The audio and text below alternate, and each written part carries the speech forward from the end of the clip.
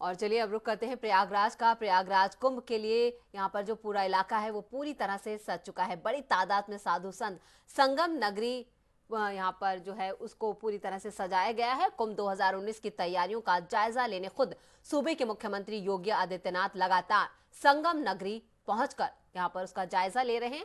कुंभ मेला क्षेत्र जो है यहाँ पर योगी आदित्यनाथ ने कल अक्षय वट की पूजा की और सरस्वती कुआं भी देखा। सीएम योगी ने कहा है कि आम लोगों के लिए सरस्वती कुआं जल्द खोल दिया जाएगा और इस मौके पर उन्होंने हाईटेक पुलिस कैंप और मीडिया सेंटर का भी शुभारंभ किया। प्रयागराज में पूरे मेला क्षेत्र को सोडियम लाइटों की जगह पहली बार एलईडी लाइट यहाँ पर लगाई गई हैं और इससे मेला क्षेत्र और सभी कैंप दूधिया रोशनी से जगमगा रहे हैं। मेला क्षेत्र को 20 सेक्टरों में बांटा गया है। सभी सेक्टर में करीब 41,000 एलईडी लाइटें लगाई गई हैं। प्रयागराज में कुंभ 2019 की शुरुआत 15 जनवरी से होगी जो 3 मार्च तक चलेगी और यूपी पुलिस ने सुरक्षा के पुख्ता इंतजाम किए गए हैं। ये पूरा कार्यक्रम हम आपको बता दें कि 15 जनवरी से शुरू होकर 3 मार्च तक चलेगा और कई रंगारंग कार्यक्रम भी होंगे। आप देख सकते हैं किस तरह की तैयारियां की गई हैं और लगातार सीएम योगी आदित्यनाथ इन तैयारियों का जायजा ले रहे हैं।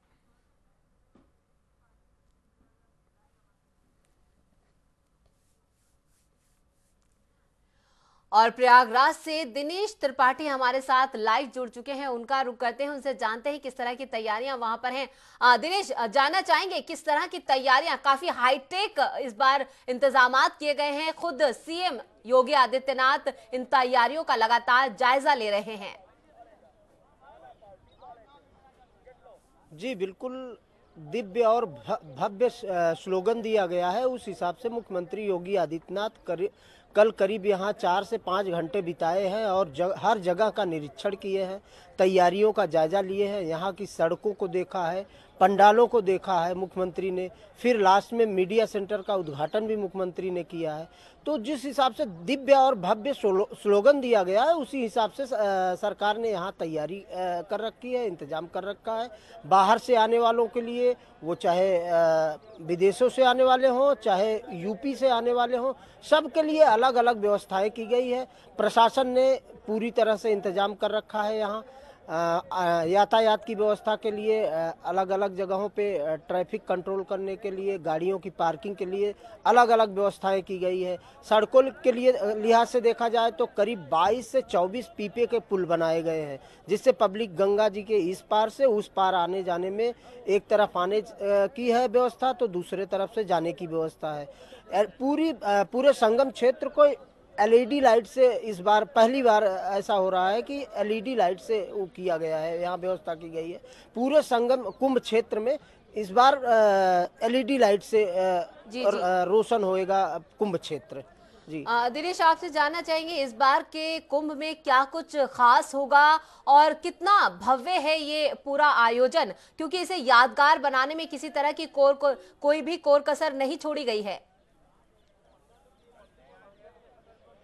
जी बिल्कुल, कोई कोर कसर नहीं छोड़ा है। उसी लिहाज से यहाँ तैयारी मैं इस समय संगम तट पे खड़ा हूँ और यहाँ से थोड़ी दूर पे टेंट सिटी बसाया गया है, जहाँ ऐसा टेंट बनाया गया है कि देखने के लिहाज से तो ठीक है, बाकी रहने के हिसाब से भी पूरी तरह से एक मकान की तरह बनाया गया है टेंट सिटी नाम से। और 32,000 हेक्टेयर में फैले इस बार के कुंभ को भव्य और दिव्य बनाने के लिए योगी सरकार ने अलग अलग तरह के सांस्कृतिक कार्यक्रम भी कराए हैं। जो विदेशी सैलानी आएंगे उनको लुभाने के लिए, उनको दिखाने के लिए सरकार ने कई अलग अलग तरह के इंतजाम किए हैं। सांस्कृतिक कार्यक्रम हो रहे हैं जो देश की और उत्तर प्रदेश के कल्चर को, उनकी संस्कृति को दिखाएगा जो बाहर से लोग आ रहे हैं। जी, इस बार 10 राज्यों से विमान सेवा भी डायरेक्ट वहां पर पहुंचेगी और ऐसे में कितने श्रद्धालुओं के पहुंचने की उम्मीद की जा रही है दिनेश इस बार कुंभ में? जी उस लिहाज से देखा जाए तो 10 राज्यों से जो फ्लाइट की व्यवस्था की गई है वो तो की गई है। इस बार पहली बार यहाँ एयर एम्बुलेंस की भी व्यवस्था की गई है। सरकार ने एयर एम्बुलेंस से अचानक किसी को कुछ होता है तो उसके लिए अलग से एयर एम्बुलेंस की व्यवस्था की है। यहाँ जिस हिसाब से प्रशासन ने बताया है उस हिसाब से तो हर मुख्य स्नान के दिन लाखों की संख्या में लोग आने वाले हैं। अभी आंकड़ा तो सरकार की तरफ से कोई एग्जैक्ट नहीं आया है, लेकिन ये है कि सरकार जिस हिसाब से जी बिल्कुल दिनेश, बता यहाँ पर रही है, ऑनलाइन जिस हिसाब से यहाँ पर आयोजन बुकिंग की जा रही कर है, रही काफी है। हाईटेक है, क्योंकि जिस तरह के आपने बताया कि बड़ी तादाद में लोग ना सिर्फ देश से बल्कि विदेशों से भी श्रद्धालु वहां पर पहुंचेंगे, और इसको लेकर जो सुरक्षा के इंतजामात किए गए हैं हाईटेक तौर पर, तकनीकी तौर पर, वो क्या कुछ खास है? जी बिल्कुल, ऑनलाइन लोग अपना रजिस्ट्रेशन कराएंगे। सरकार की तरफ से अलग अलग व्यवस्थाएं दी गई हैं उनको पर्यटन कराने के लिए।